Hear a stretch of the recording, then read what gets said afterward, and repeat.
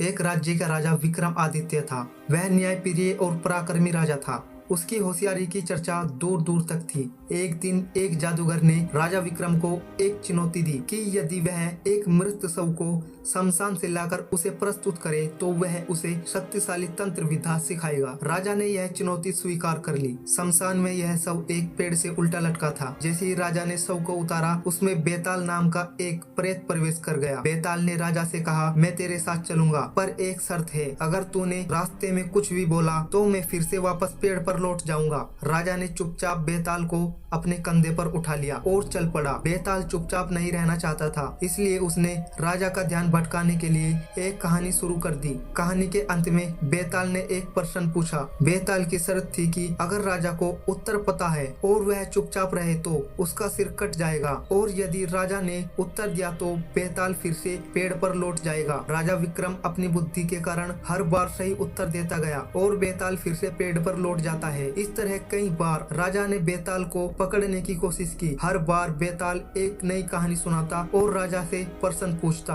अंत में राजा के धैर्य और समझदारी के कारण बेताल ने उसे तांत्रिक की चाल से अवगत कराया और उसे सच्चाई का पता चलने के बाद विजय प्राप्त की। इस तरह राजा विक्रमादित्य ने बेताल की कहानियों से न केवल ज्ञान प्राप्त किया, बल्कि अपनी बुद्धि से राज्य को भी सुरक्षित रखा।